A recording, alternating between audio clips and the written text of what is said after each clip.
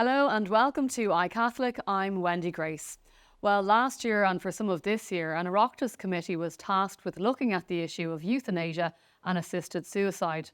After many hours of deliberations and hearing from various different experts from various countries, the committee decided in a majority to recommend the introduction of assisted suicide and euthanasia in Ireland. So what happens next? We'll be talking about that today.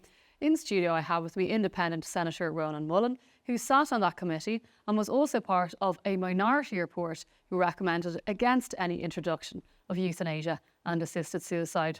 Ronan, thank you so much for being with us. This committee heard hours of evidence, experiences of other countries. I have to say, honestly, dispassionately looking at it from a journalistic perspective and reading all of those who contributed, it baffles me that the recommendation was to introduce euthanasia and assisted suicide. Do you think the majority report was one that really took on board all the evidence of the horrors that this type of legislation has unleashed in other countries? No, I don't think it did. And when you look at the previous committee analysis of this in Leinster House, the issues that were raised as being of concern were in no way put to bed or addressed in a satisfactory way, in a way that would allow politicians logically to say, well, actually, there is nothing to worry about. The experts who came in on the Irish medical side almost completely were recommending against introducing euthanasia or assisted suicide in any form. So we're talking about palliative care doctors, various consultants, Absolutely. geriatricians. And not just doctors, other healthcare specialists. And people who represented disability were largely against it and really warning. And they were saying, look, help us live well. Don't be talking about assisted dying. Now, to be clear, this term assisted dying is used as a kind of a comfort word to describe euthanasia, which involves a third party directly ending your life at your request. Or assisted suicide, which is where they prescribe the drugs that you are somehow required to take yourself. Now, this committee, very irresponsibly, when we had finished hearing all the evidence, we didn't discuss together what we had just heard from all the experts over many months. They just ran straight into a vote. Are we going to recommend assisted dying in some form? We are. And I felt Yeah, that you really would think that's the showed, time to absorb. Yeah, Let's read back over all the evidence given. it was almost like they just adopted political positions, and that was against the weight of the evidence, as I said, from representatives of disability in Ireland, from medical and other healthcare people. The only people who were really strongly advocating for this were those campaign groups for euthanasia represented in Ireland, and those organisations abroad or representatives of governments that had already, or systems that had already brought in euthanasia, and who were going to kind of defend what they were doing and saying it was all very responsible. But all this talk about safeguards aren't safeguards, they're just conditions to be met. Whereas if you look at what has happened internationally, and we heard time and again, countries like Canada, it has been a runaway train. In Quebec now, 7% of deaths are through euthanasia or assisted suicide, what they call medical assistance in dying. Notice again the very kind of warm, fuzzy terms used to describe a reality that changes life for everybody. Because if you're elderly, if you are terminally ill or very seriously ill, or if you have mental health challenges, or if you have severe disability, the fact that this is a legal option, that the state is happy that you would have your life ended, really changes the context for everybody, causes people to feel a burden, makes them ask themselves the question, should I still be here? Whereas what we ought to be doing is encouraging the assisted dying that we know goes on all the time, which is the assistance that people get when they are dying. The high quality palliative care if there's terminal illness, where they are helped to come to terms with the fears they may have about management of pain or other symptoms,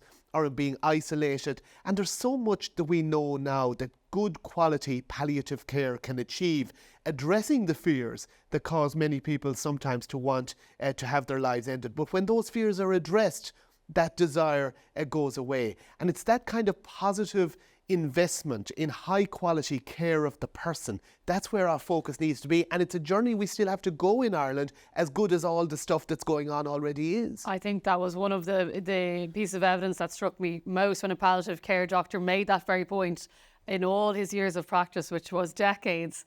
Just like that, he couldn't think of a single case where once the fears were alleviated and proper care pathways were created, that he had just seen time and again someone who may have had that wish to die that really did change.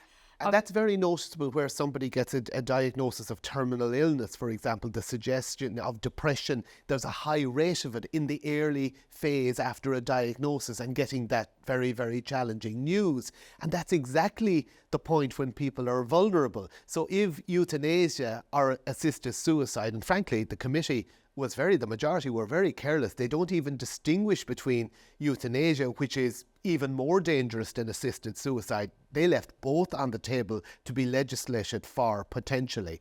And now I hope that the next Dáil and Seanad will not go that route, and they're certainly not bound to. And I'd be saying very strongly to people who are meeting politicians in the coming weeks or months, who knows, but probably weeks in the general election, stick it to them at the doorsteps and say, listen, we don't want this legislation for. This will change our healthcare system. It will destroy the relationship of trust between doctors and their patients. It will also give impetus to those bean counters who would rather pay for your euthanasia, which is relatively cheaper, than the complex healthcare which people are entitled to. And that's what we have seen happen in other countries. And there was a lot of examples given from places like Canada where patients weren't offered treatment, but they were offered, as you call it, made medical assistance in dying. And we put down amendments to them, which the majority rejected, which said, it should be an offence to bring the topic up. And we tried to put in all sorts of, barriers to an abuse of this, an abuse that we know is very possible. And as you said, there have been cases in Canada, famous Paralympian seeking a stair lift, and the question asked, have you heard about medical assistance in dying? And as we know, in Canada, they're looking at bringing it in on mental health grounds, probably sometime after 2027. So this is not a thing that if you introduce a little bit of it, it stays static. They tried to make that argument, tried to say, oh, well, let's do what Oregon does, or Australia and New Zealand. This is only in a wet week, but they're trying to claim that because it's assisted suicide, still, I think the when you numbers look won't walk. broadly at all of the countries, and it's only 9 that have introduced legislation like this, the average in less than 10 years is a 600% increase of people dying this way. What sort of a message does it send, Ronan? Because I'm conscious that there's people watching this that have been affected by suicide or perhaps are working in suicide prevention. We've come a long way, thankfully. We've a long way to go in this area in Ireland, and so much good work has been done. What does it say when the state, on the one hand, is saying, let's say for you, your life is valued and don't take those pills to end it, but to me, if I'm in a different situation, we'll actually give you the pills. Right. Yeah. How does that add up? State-sanctioned killing on the one hand and suicide prevention on the other. Remember that very courageous Kerry teenager, Donal Walsh, who used his own terminal illness so bravely to get a message out, your life is worth living, to campaign, a personal campaign against suicide and self-harm from a young man who unselfishly said, I'm going to lose my life, but I value life. I mean, that was so courageous. It's the opposite message that is sent. If you say to society, some people, if they satisfy certain conditions, if they get a certain diagnosis, they can have their lives ended. It certainly subtracts from the ability of the state to coordinate a strong campaign against suicide and a strong campaign to encourage people that whatever the challenges, there is always help available. Life is worth living. You can get beyond this pain to a better place. It's hard not to be slightly cynical here, Ronan, and think of Ireland has an ageing population, a rapidly ageing population. Our birth rate is coming close to not even being at replacement level. Yeah. So people are going to live longer. Some of those will be very sick and need care, expensive care. Yeah. And I think is that a real danger if something like this is brought in? I think it is a very real danger, because it is you introduce a massive ethical vacuum once you put it on the menu that some people can have their lives ended and that the state is absolutely fine about it. What does that say about human dignity? There was a very frightening a column by the British journalist Matthew Paris not too long ago, where he basically said, let's stop apologising for this. It is a good idea. Maybe people should consider having their lives ended if they get older, if there might be a burden.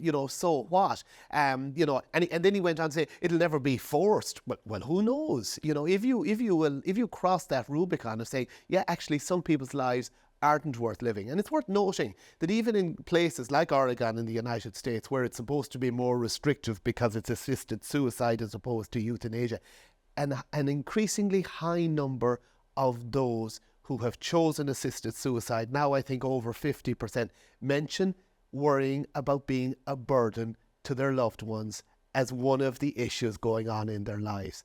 And that is so frightening, because if that is where we're at, even in a place where it's supposed to be, on the conservative side, then I think we need to be very, very concerned about the attitudes.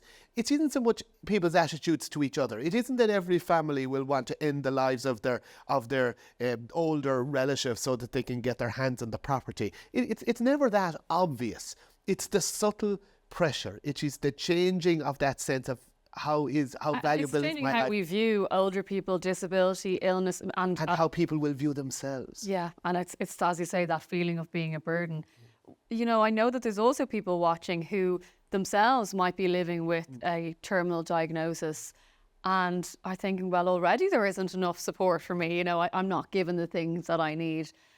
Introducing legislation like this surely would take away that impetus further from the state to because I noted, palliative care doctors and psychiatrists saying, we're not saying the status quo is okay. Yeah. We can do better. Yes. That it would take away that impetus to do that. Yes.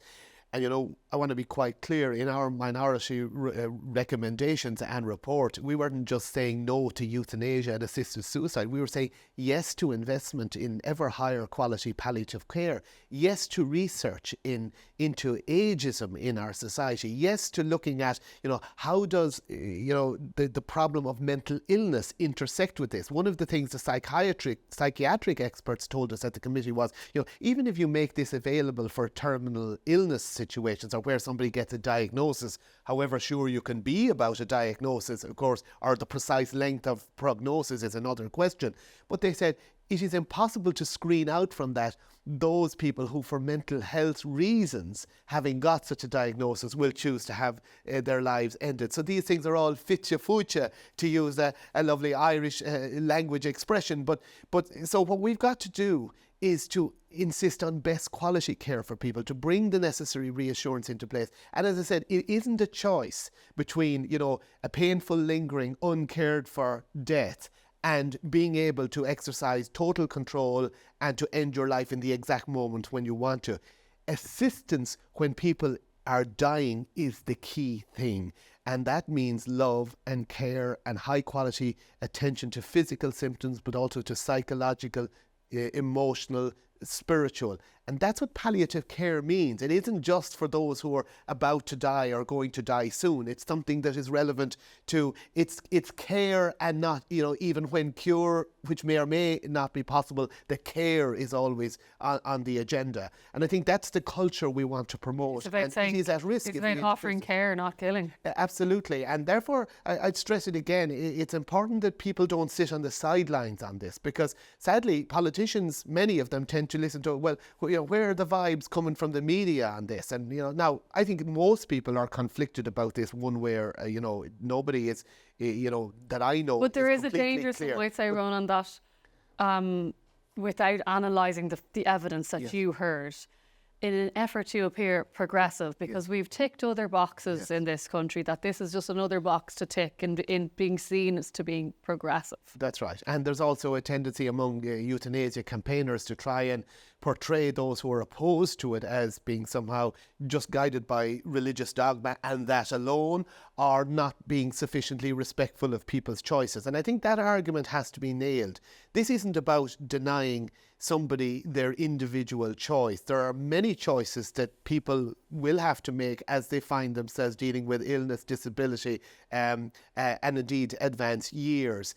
The choice, however, to decide that you want your life ended now and in a particular way is a choice that you don't make alone. It influences other people's ability to make a different kind of choice. So it's not that you can make this, decision without affecting how other people's lives will turn out. And that's the issue. So we should all have maximum autonomy, but there is a limit to our autonomy if it affects other people's welfare. And that's what's going on here. It is an individualist choice. And that's why I was quite surprised by, apparently socialist-minded TDs and senators talking about this as though it was some kind of progress.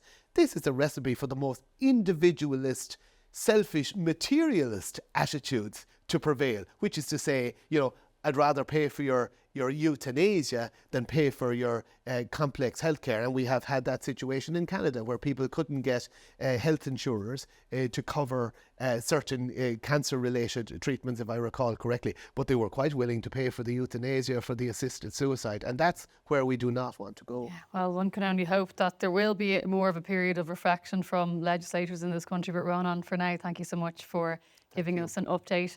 And as Ronan said there, you might have politicians knocking on your door. If it's an issue that's important to you, make sure that you tell them. Thanks so much for being with us on iCatholic today.